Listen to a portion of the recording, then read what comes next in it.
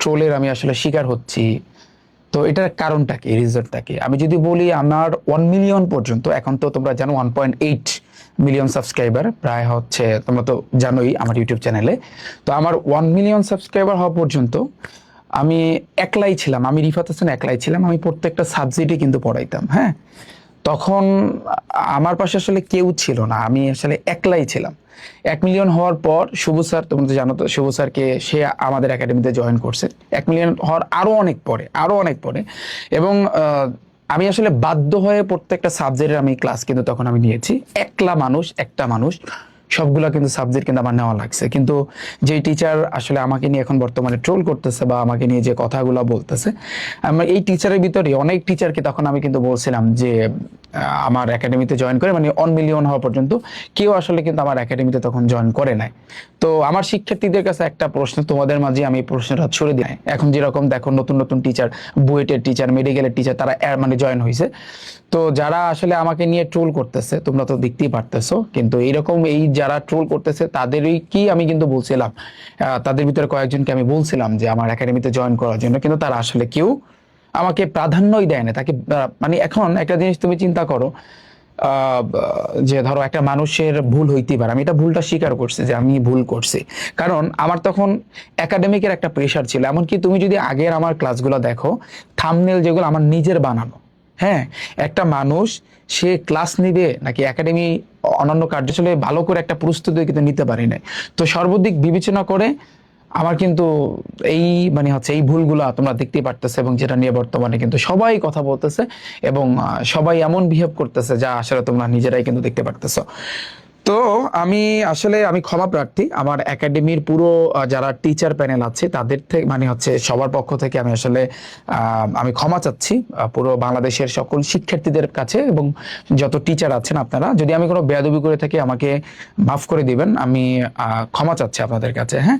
যদি আমার কোনো ভুল হয়ে থাকে, যেহেতু ভুল অলরেডি হয়েছে, মানুষ মাত্রই ভুল। আমি ভুল করেছি, কেন করেছি? কারণ আমি আমার একটা পার্সন, আমার আসলে লাইফ হিস্টোরি যদি আমি আমি হয়তোবা বলছি, তোমরা হয়তোবা কিছু কিছু জানো আমার শিক্ষার্থীরা। তো একটা মানুষ কয় দিকে যাইতে পারে না, বিশ্বাস করো।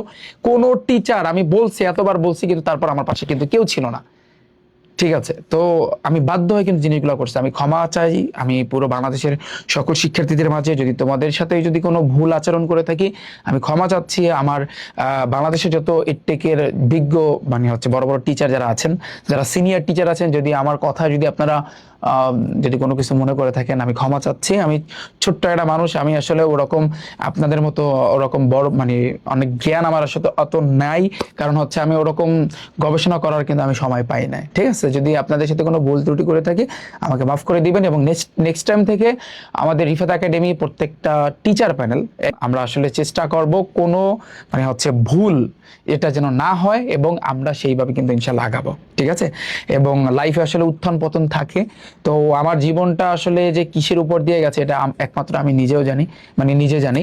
আমি এখনো কিন্তু গ্রামে আছি, আমি গ্রামে বসেই কিন্তু ক্লাসগুলো কিন্তু নেই।